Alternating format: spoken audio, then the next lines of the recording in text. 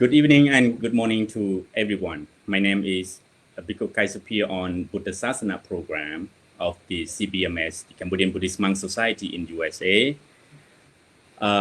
Before I begin, let me start by paying homage to the triple gems, the Buddha, the Dhamma, and the Sangha, with my highest respect, and also my humble respect to venerable monks everywhere around the world, and as well as the people. Welcome to the program, Buddhasāsanā.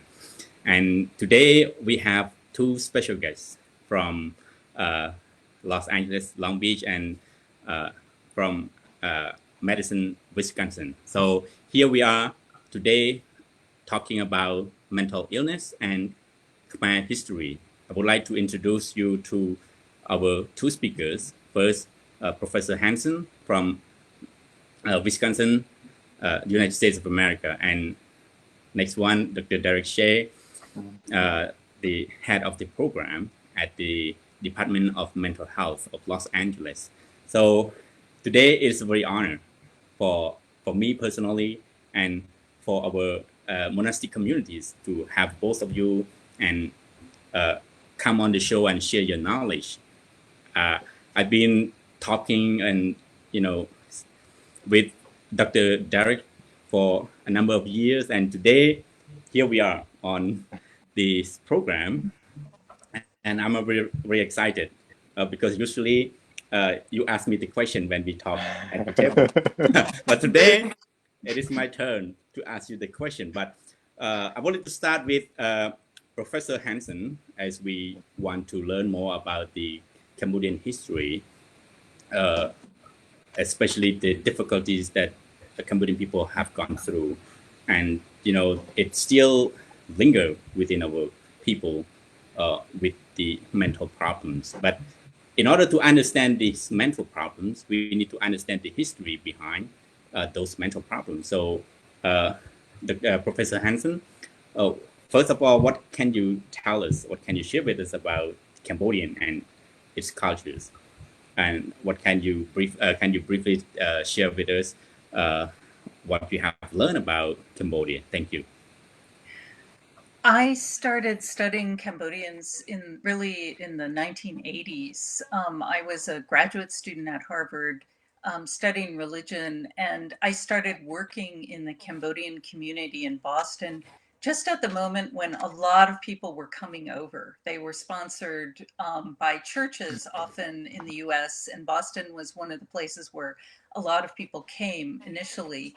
So I was there working with refugees, especially Cambodian refugees in East Boston during the 1980s. So that's when I met people. And I was learning at that period, they were just literally coming from the refugee camps.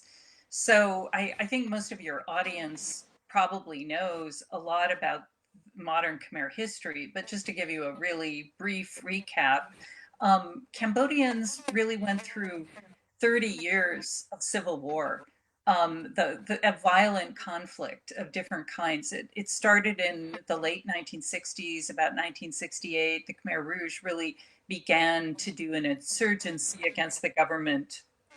So from 1970 to 75, that escalated. At the same time, in 1969 and 1970, there were US bombings going all along the Vietnamese-Khmer border. So a lot of people really became refugees from that point on. They had to leave their villages maybe and move to Phnom Penh because it was just so dangerous in that eastern part of Cambodia, in places along the Ho Chi Minh Trail then. So meanwhile, the government was fighting the Khmer Rouge in 1975. From 75 to 79, there was a regime that came into power, the Khmer Rouge regime, or Democratic Kampuchea. So I think most people know about that. But what a lot of people don't realize is that after 1979, then the violence continued. The Vietnamese came, invaded. The Khmer Rouge were put out of power, and other successive governments came into power. But at the same time, the fighting continued between different factions. And that really lasted in some parts of Cambodia, especially Battambang, where I know you're from, Venerable Sophea, until the late 90s, about 1997. So people lived through violence for a long time. And in Cambodia, part of that was landmines. They were everywhere. So, especially areas like Battambang. And so people are still cleaning up from that sort of violence, from unexpected ordinances that explode. Other people left right after 79 and into the early 80s. They crossed into the Thai border. That was a very, very difficult kind of escape to get to the refugee camps. There was a lot of sexual violence involved in refugees leaving the country. So people experienced the trauma of the Khmer Rouge years. 2 million people died from starvation, exhaustion, illness, execution, and then they had to escape.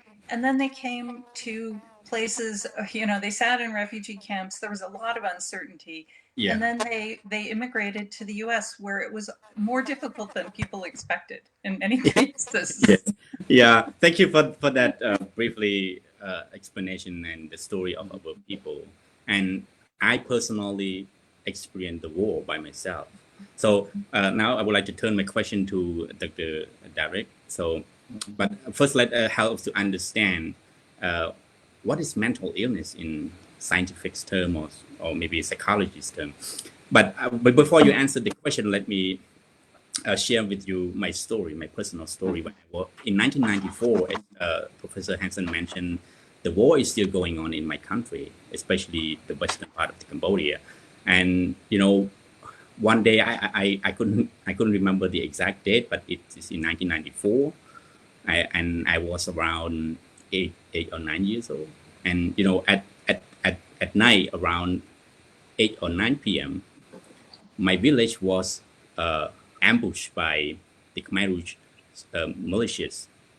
So they started attack at the head of the village, and my house is was in the middle of the village. And then I as a young kid I was deeply asleep, and then I couldn't hear anything. But the shooting, the RPG was starting, and then people are screaming, and then my mom has to carry me and then throw me from the house. And then I only awake after my body's attacked on the ground, and people are screaming, and it was surreal. Like people are fleeing, running away from the village, and then the militias continue to burn the house. But luckily they didn't kill. They only burned because the commander is standing outside the village and look, and then ordered them to attack. And so the people in front of the village, the head of the village, backing those soldiers that please do not burn, or because we are all newcomer in that village. We have no house and place to sleep. So luckily those militias didn't stop burning after a few houses. And then they asked whether you have a hay, that we are cultivated from rice field. So we put in one place, and then so those militias asked people, where did you keep those hay? So they are walking around the village and burn those hay instead of the house. So after the attack, and then the RPG, and people are trying to find the lower ground because we didn't prepare in such attack. So Dr. Dereck, those experiences is mentally affected. It's deeply rooted. For me personally, every time I go back home, it trigger my emotional. Like I've seen every time I ride on that road, I can see the pictures of people are fleeing. And it is still there, and every time we, not just me, but I think the Cambodian people around here, living in the United States, they are still remember those things. So psychologically or mentally, how can we get rid, or how can we mitigate this kind of emotional impact from those incidents, from those events? So Dr. Rick, what can you share with us? Thank you. Okay, all right. Thank you, Venerable. I think that as both you and Dr. Hansen mentioned about the tragic experiences that people go through, I think it's only normal when any of us human beings, when we experience extreme distress and traumatic events, that is going to have some impact on the mind. That's just human nature. And, in fact, in some of the research, even just conducted in the community of the city of Long Beach, of the Cambodians who have lived through the war during that time in Long Beach. And they find that, as you mentioned earlier, that almost every single individual they surveyed during that lived through that period had near-death experience, nearly died from starvation. And 9 out of 10 experienced their family or relatives being murdered, right? So these are extreme traumatic events that's going to have an impact on our minds. So, and then when they study, for example, some of the prevalence or the percentage of these people that they studied in the city of Long Beach that went through the war, they find that probably about 60% suffer from PTSD, which is post-traumatic stress disorder, and about over 50% suffer from major depression, which is a severe form of depression. And they find that the extent that people suffer from these disorders are proportional to the extent of trauma they experienced. So it's almost like a dose relationship with how likely they are to suffer from these disorders. So certainly our environment, our experiences has an impact on our mental health. And I think back to your question about what is the scientific definition of mental illness.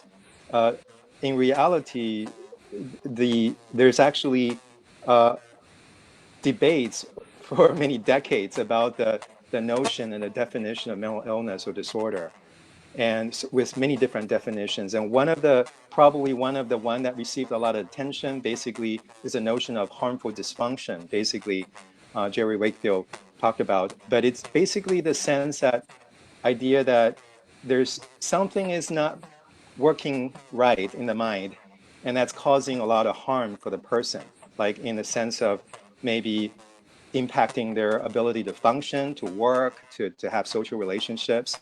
So something is not going right. Now, I want to point out that at the same time, there's a lot of cultural variations in the concept of distress or illness, right? So, and that many different ways in different cultures experience, understand, or communicate distress, and different.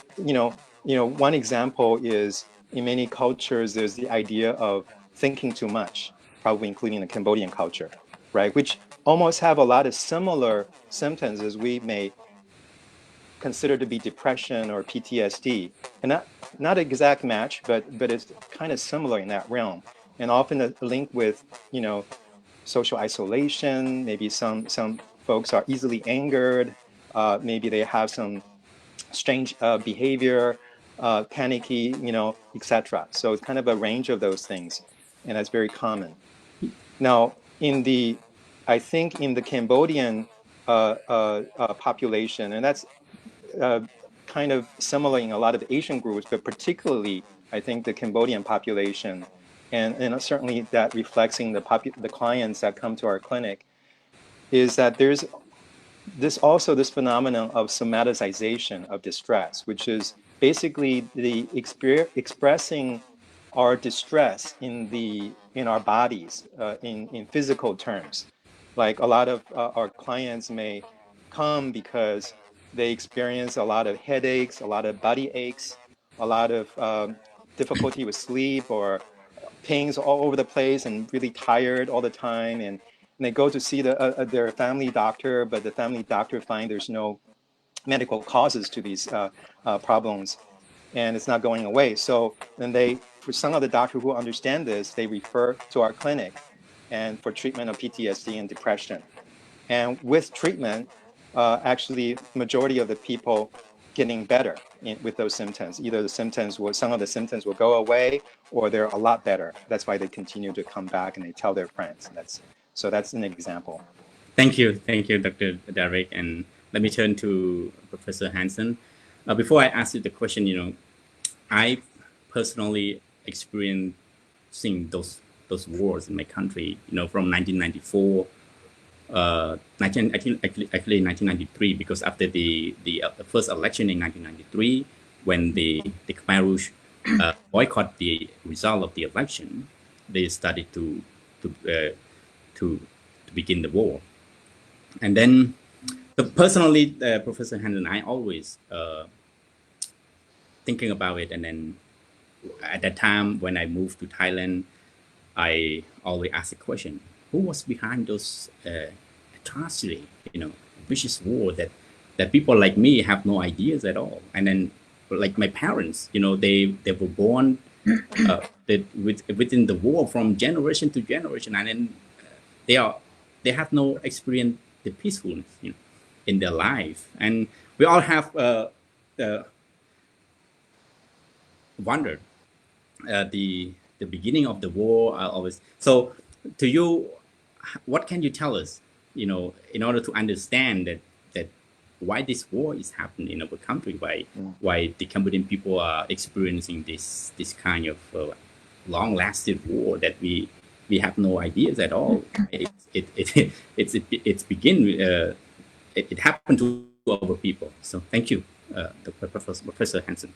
There's lots and lots of explanations to that. It has to do with domestic politics. It has to do with global politics and the dynamics of the Cold War as they really played out in hot wars all over the world. But Southeast Asia, Cambodia, Vietnam, Laos were some of those places where, there was this dynamic of war that still had to do with colonization and the processes of decolonization. So those histories are very, very long in terms of global politics and very complex. I don't think there's any one answer, and I don't think there's total agreement about what led to the extreme quality of the some people certainly think that they were influenced by the Cultural Revolution that was going on in China. But there were other factors as well. There was a lot of social inequality going on in Cambodia during the 1960s under Sihanouk.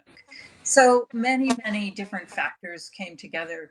There's other people. I mean, I don't think we want to go off in this direction. Yes. But there's also ideas about the Damnie and about Buddhism and about cycles of decline of history as we get farther away from the preaching of a Buddha. So, I mean, that would be a really Cambodian explanation for how this happened. Yes. So both internal and external kinds of political forces brought that to pass. And it's, it's just so unfortunate. We think that the Cold War ended, and that the processes of decolonization ended in the 1950s, but they really lasted well into the end of the century. Yes. So let me share the same story. When I first learned about the war, when I watched the Killing Field, the movie, The Killing Field. So that what inspired me to study English, because I want to read more about the story, about what was behind this war. So dating back to the 1947 when Cold War was started, and back to the story, I read. I think you might know Elizabeth Becker. She's a journalist, and so she wrote a book when the war was over, and she mentioned, because I tried to find a particular entities that could be blamed for this atrocity, but because I don't understand why sometimes I ask the question, can we still have faith in humanity when we see something like this happen, killing? So I was trying to understand what was behind it, and reading back those books and David Chandler and looking back to the events in that was happening in the U.S. from the assassination of the John F. Kennedy onward to Lyndon Johnson, and civil movement in the 60s, and Richard Nixon's. Sometimes I want to blame the Henry Kissinger because that I'm trying to find the reason and then what happened during that time, step by step, and the difficulty. So at the end of the day, I said, even I look at Dutch, he's the chief of the prisoners in Phnom Penh. When I read and when I listen to his talk, without following the order, he's in danger to his family himself. Sometimes. So it's all that we couldn't find a particular one to resolve this kind of feeling. But one thing that I have noticed is that the power of forgiveness.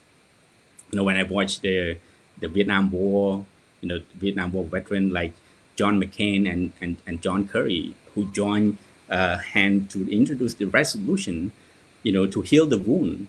And then when I'm thinking about the teaching of the Buddha's taught us about the practice of mindfulness of loving kindness, because we cannot find any other ways to heal this wound. Because if we're trying to blame, if we're trying to condemn, or trying to find faults on someone else, but where does it end?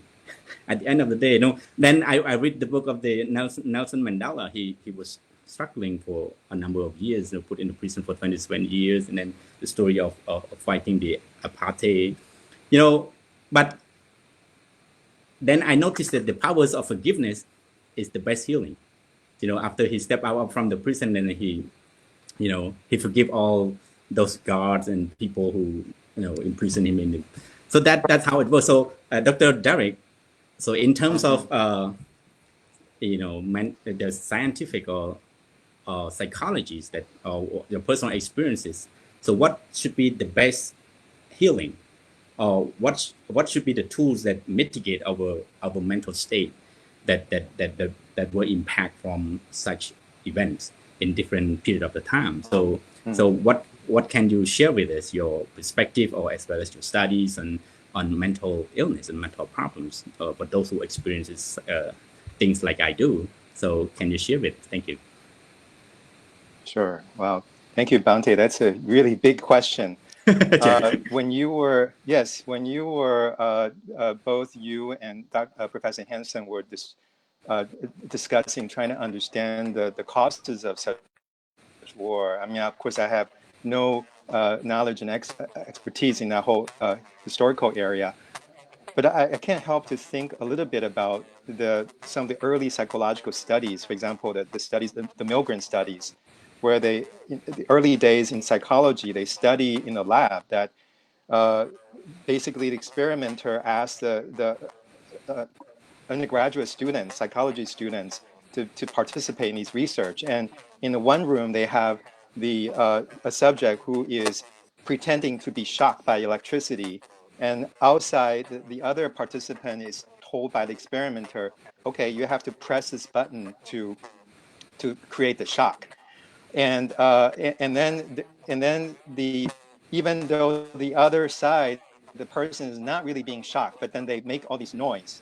But then the participant on the outside believe they're shocking this person inside. But then the experiment keeps saying, you have to keep pressing it and it has to increase.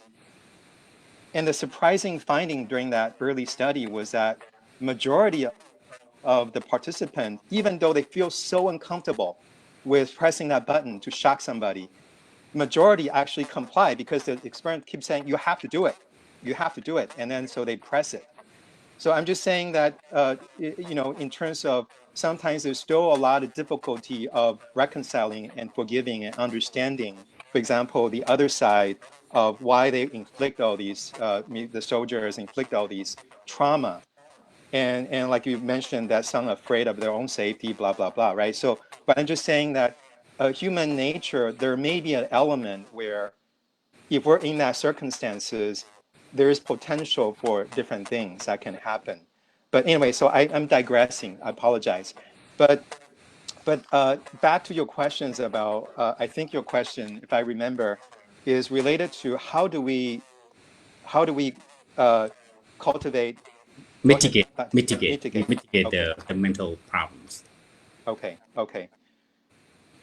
So I think first of all, probably, again, I cannot represent the whole field to speak on this, but I'm just saying my limited understanding, my personal perspective is that one of a good place to start is to first have an understanding that this is understandable, that when we go through terrible experiences, it's almost normal to have some of these reactions like you described. When we see some reminders in the environment, we hear some sounds, we see certain images that reminds us of the old trauma, that we're going to have, our body and our mind is going to have a jump, is going to have all these reactions as if we were living that again.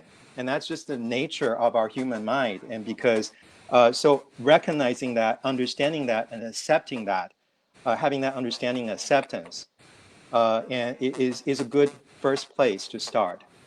And then, like you described earlier about, I think that one of the important element also is somehow creating a sense of safety, whether is in the treatment setting, whether it's outside in our person's own lives, ways of creating that sense of safety again and trusted relationships.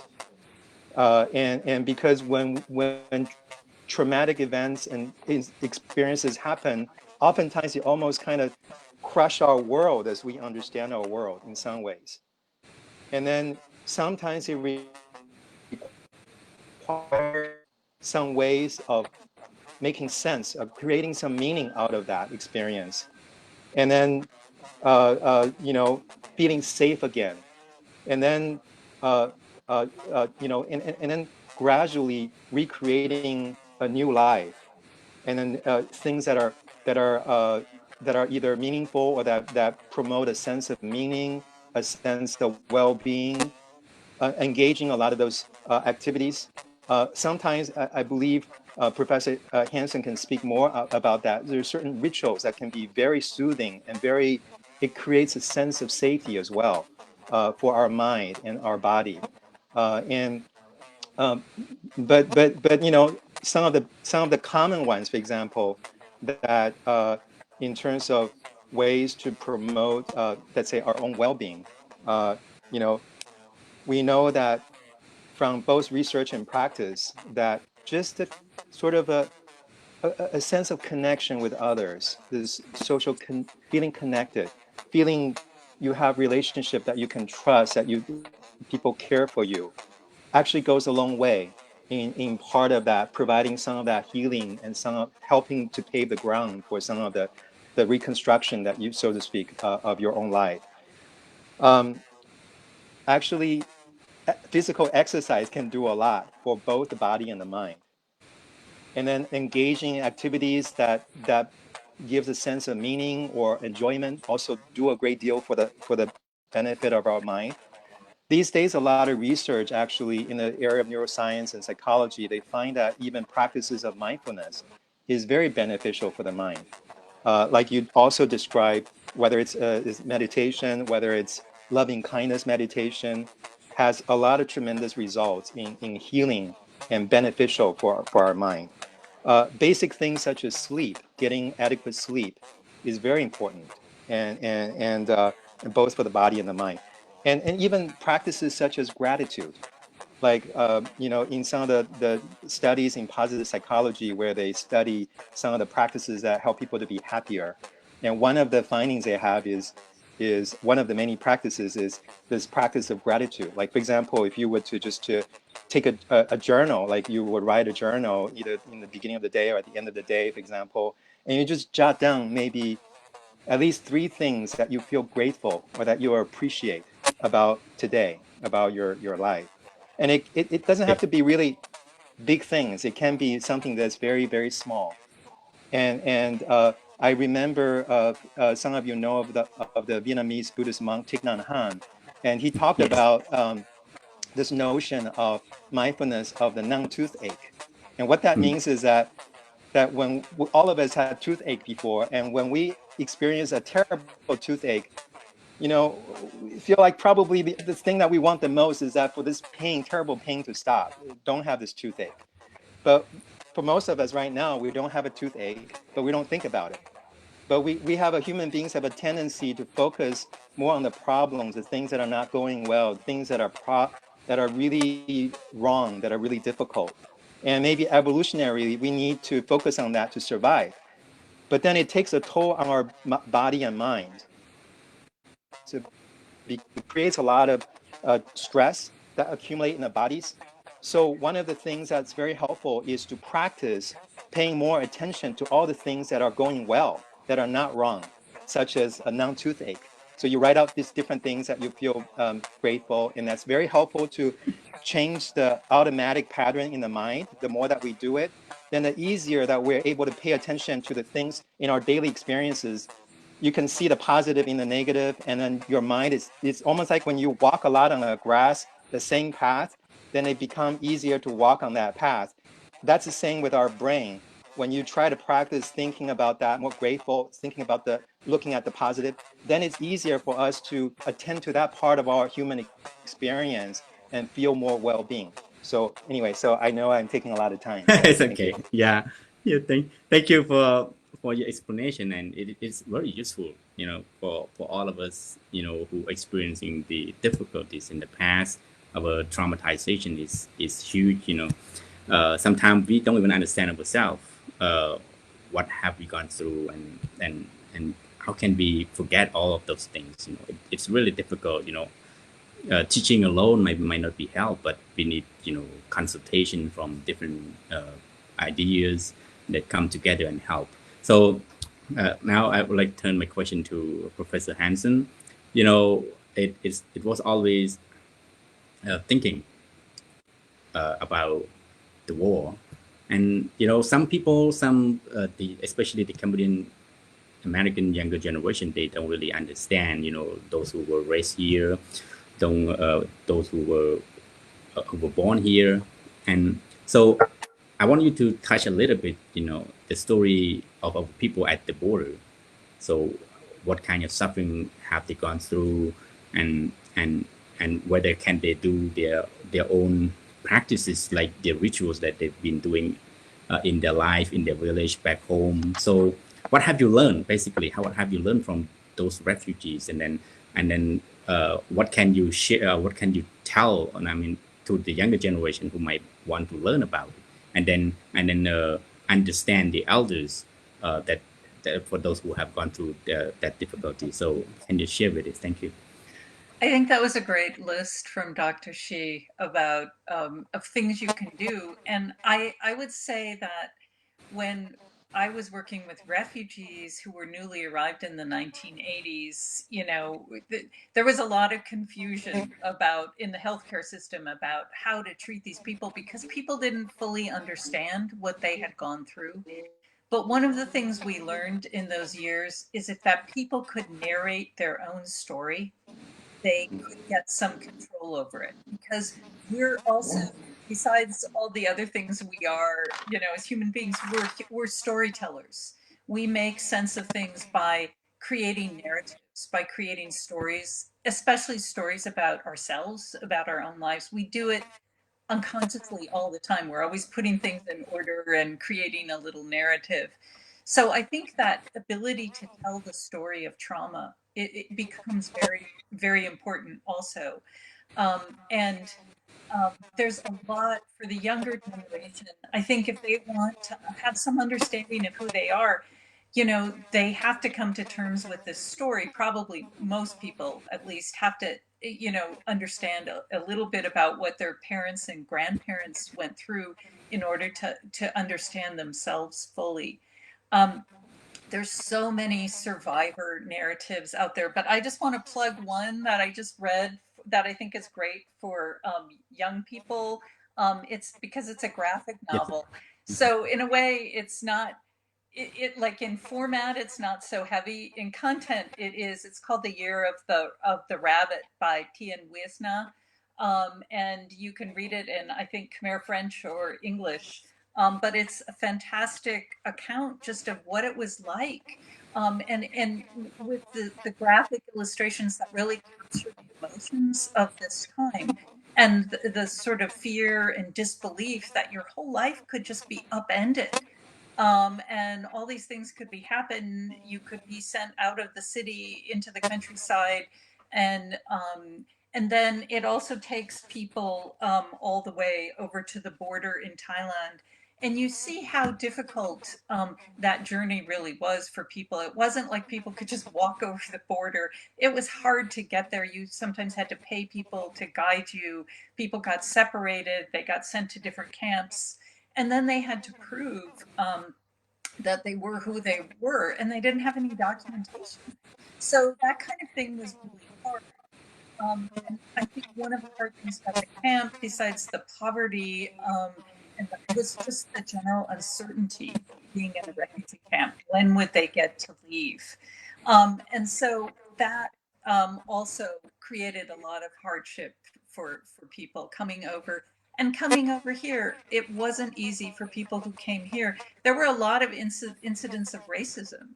We're thinking a lot about racism now. It was directed at Cambodian Americans, Cambodian refugees, and I remember in those early years, people had bricks thrown into their windows.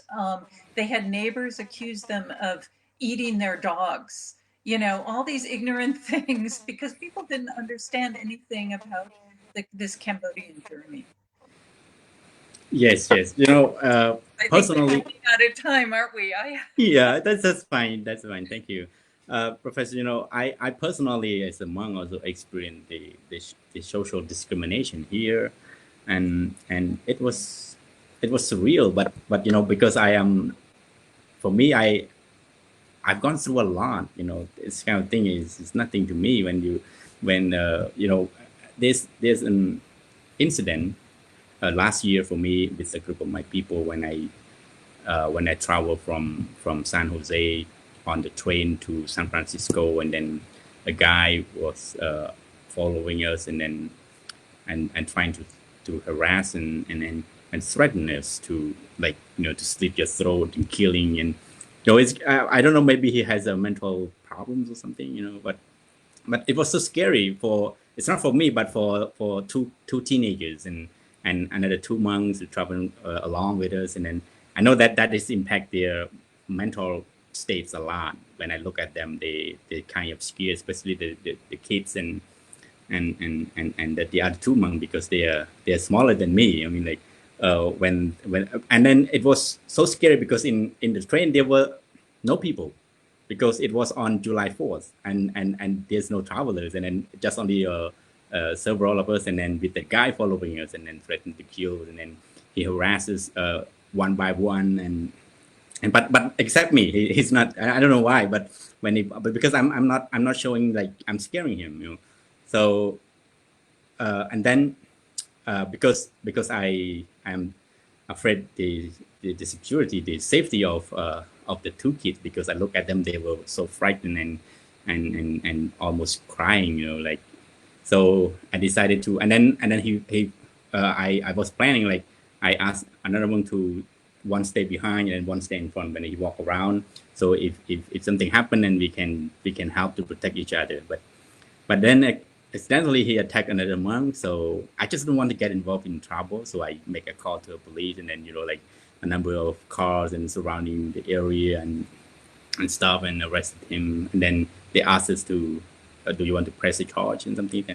And no, just let me be. And then because he already convicted. I mean, like, he has a warrant. I mean, like, the police has his ID, and then they said he's supposed to be in the prison, but I don't know why they let him out of the prison. And so, Dr. Dereck, this event, to some people, to some degree, especially the Cambodian people who live in the United States, I think many of us experience this kind of incident, this kind of discrimination, and in terms of psychology, in terms of mental states. So when we experience this kind of thing, so what can we do, and then to help ourselves, and then overcome this kind of bad experiences? Thank you.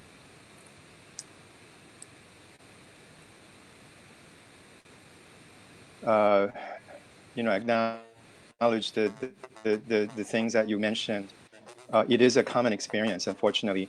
Even in studies, when they study the same Long Beach community of those who've been through the war, the Cambodian individuals, and they about 7 out of 10 report experiencing some type of violence or discrimination after coming to the U.S.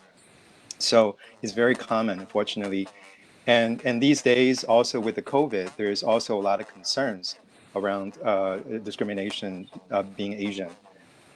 So I think, first of all, again, as I mentioned, to understand that also for many, and for most of us, if we have gone through other traumatic events in the past, it's also very easy to feel even almost like an accumulation of the past to the present. When something is really stressful, like somebody is trying to hurt or threatening to hurt you, and then almost when you have been through really terrible events, similar in some ways resemble that in the past, it's easy for us human beings to have even an increased reaction to experiences of that. So first of all, that is a normal reaction to these abnormal events, as I just wanted to acknowledge that.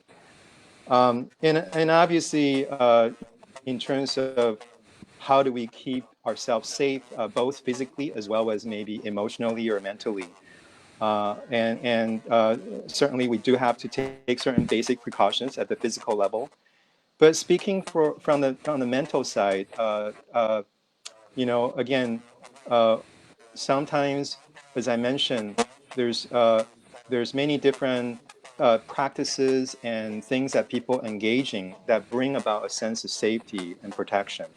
So for some people, for example, even many of you are Buddhist and practicing, and even just the rituals of taking refuge in the Triple Gem, chanting, hearing the sounds of these chanting, your own chanting of taking refuge, for example, as well as chanting some sutras.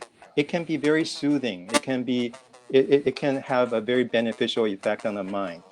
And even certain sort of rhythmic movements, like certain movements that people practice, Tai Chi or Qigong or yoga, for example, that because it's rhythmic and it's repetitive, and it kind of almost, it's very soothing for our body to almost kind of kick off our parasympathetic nervous system, which is the system that responsible for that relaxation response.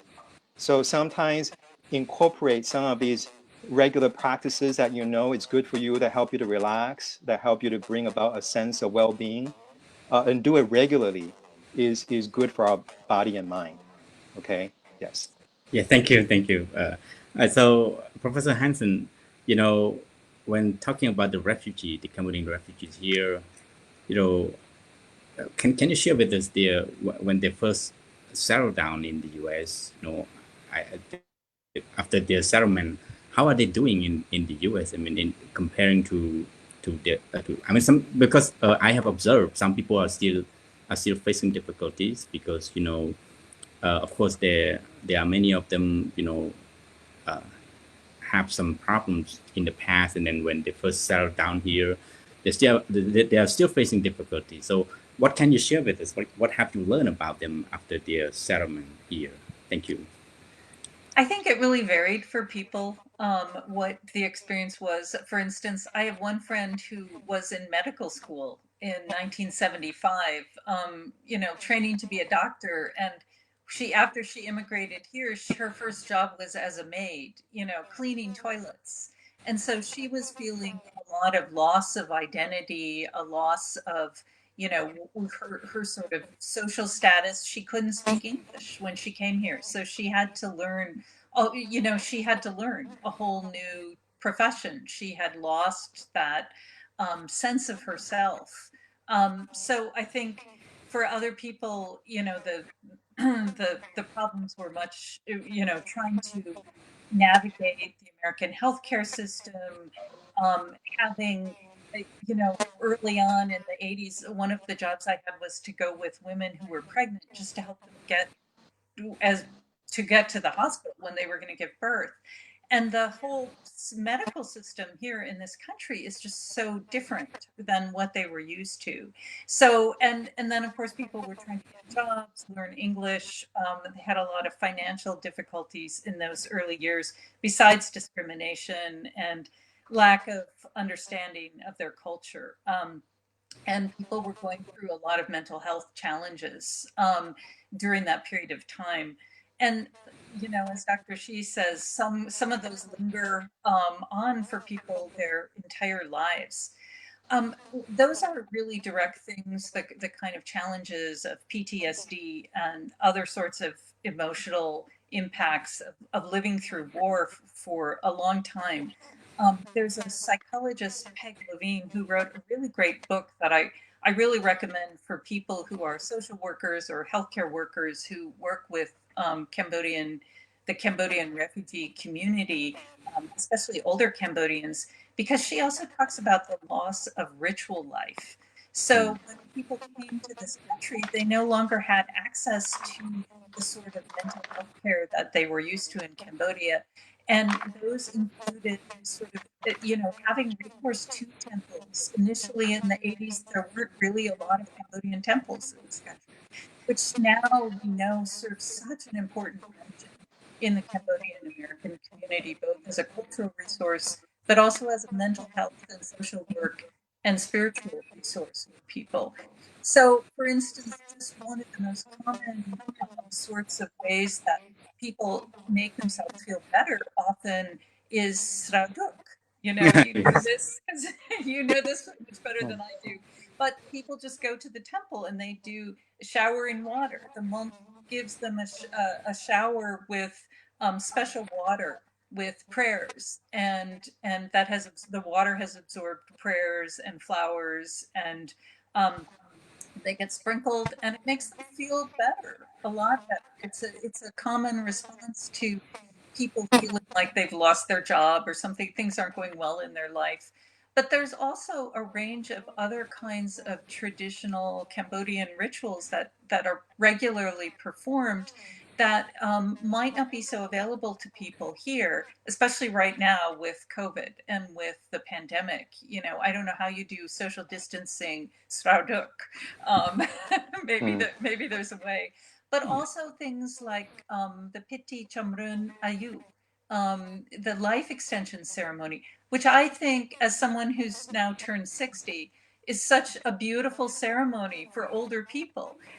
So it's kind of a ritual death and rebirth to help them prolong their lives. And everybody comes around and just is there collectively gathering and giving them good wishes, and the monks give them blessings. There's also lots of other ways that people ask for protection and blessings. And that gets really complicated in this country. Like some of those involve things like ancestor spirits, Meba, or spirits of the place, Nekta. And so that's a sort of more conflicted idea in this culture where people don't recognize the spirit world. So how do you get protection from those kind of forces? So especially if you're an older person or a person whose family really practices those rituals, there's been a real loss of that kind of ritual protection in the US. Yeah, that is a very old style for the Cambodian people. You know, I know that in Cambodia we are still doing that. You know, when we want blessings, we always go to the temple and then ask them to perform that kind of rituals that you have just mentioned. So I think we have a few minutes left, and then we are a little over. But I would like to hear something from Dr. Dereck. You know, I forgot to ask about, you know, normally we don't know how many Cambodian people are treating at your clinics, and I know I think it's a great number over there, and I just want to know how well are they doing after, you know, seeking treatment at your clinic. So what can you share with us, their stories, and then in order to understand their difficulties, you know, in living here and facing the mental problems. So can you share with us with some of the information that you have encountered? Thank you. Sure, sure. Yeah, thank you, Bante, for that question. So I think typically at our clinic, let's say currently, we typically have about between 600 to 800 Cambodian clients that's currently receiving services. Our clinic has been in Long Beach for about 35 years. So I think over these many years, probably, I don't know the exact number, probably thousands of individuals that may come through the clinic and receive some services. And some, to be honest, actually stay with us for a long time. Some actually stay from the beginning. They've been with us for 20 years or more, because in some ways, not because they're not necessarily getting better, but because we become a part of their family support system. So they trust us, so they come back, and they come back, periodically, and they some of them are still on medication treatment, which because they find it helpful, and etc. They show that connection. So I think for the most part, most people actually do much better after being in treatment. It does take time, because the impact of trauma, it takes time for even just to feel safe again. And then, like Professor Hansen talked about, there's also power in being able to narrate their story of suffering and of their lives. And it takes time for them to actually be able to feel safe enough to go there as well. And for some individual, they, even though things are better, but they still live with some of the symptoms. But they have a better way of being able to live with those symptoms. That it's no longer scary. It's no longer as unexpected. If example, they understand that even July 4th, you hear all these fireworks, or you see these news about the riots, the civil unrest, that it would be natural for those who've been through the war and the trauma to then maybe have a little bit more, feel more nervous and maybe more anxious about what's happening, and experience maybe a reminder of the old trauma, and maybe having difficulty with sleep or some nightmares, etc. And that would be normal. But overall, it would be, kind of as a whole, things are much better over time with treatment. And that's even without treatment. I would say that for most of us, there's a tremendous power in our own human resilience and ability for our mind and body to recover, if we try to put in a lot of the conditions that are supportive of those healing. Even just things that we mentioned earlier about, having trusted relationships with people. So even people in the families or the community, in the religious setting or community organizations, individuals that if you are just paying attention and connecting with another human being and try to understand their experience and trying to be caring and supportive, then having those connections and relationships already do a great deal in terms of helping individual going through these difficulties and supporting them in their healing process. And also in terms of what we call, they can serve as tremendous gatekeepers in the community, where if they try to support people, but families or community members, but then if they see that the person is still struggling a great deal and it's impacting their basic life functioning, and they're just struggling, then it's perfectly great if a monk or other community members can encourage the individual to receive some professional treatment or resource help, because it's no point to continue to let somebody suffer when there's some potential available resources that might be beneficial, that might be an additional source of support in their journey of healing. So that's some of the things I also just wanted to touch on. Thank you. Thank you, both of you. And I think we are running out of time a little bit, but I still want you to say your last word. So in terms of the message of encouragement or support to the people that you that you have encountered, you have known. So what would you say to maybe the Cambodian people? I mean, in terms of supporting them who might be having difficulties at this moment, and as well as to general. We are living in difficult times, and then so what can you share with us for your message of support? Thank you. Shortly. Just I'll say just briefly for young people, I really encourage them to explore their identity and to hear these stories, because I at least have heard from psychologists who have worked with Cambodian refugees who have said that it takes 3 generations to really recover from genocide. It impacts at least 3 generations. So go to college. Cambodians are underrepresented in higher education.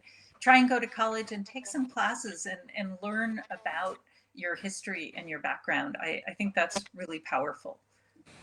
Thank you. Dr. Dereck, what would you say? Yes, I would actually second what Professor Hansen just said, because a lot of the actually family conflict sometimes come from part of that intergenerational differences in acculturation and cultural gap, and it become a source of misunderstanding and tension and conflict, and certainly we know that family conflict is not very supportive to the well-being of everyone involved. So just kind of being able to learn and to understand a little bit more of what it's like in the world, and how people express even affection differently because of the cultural differences, etc., as well as the impact of the war.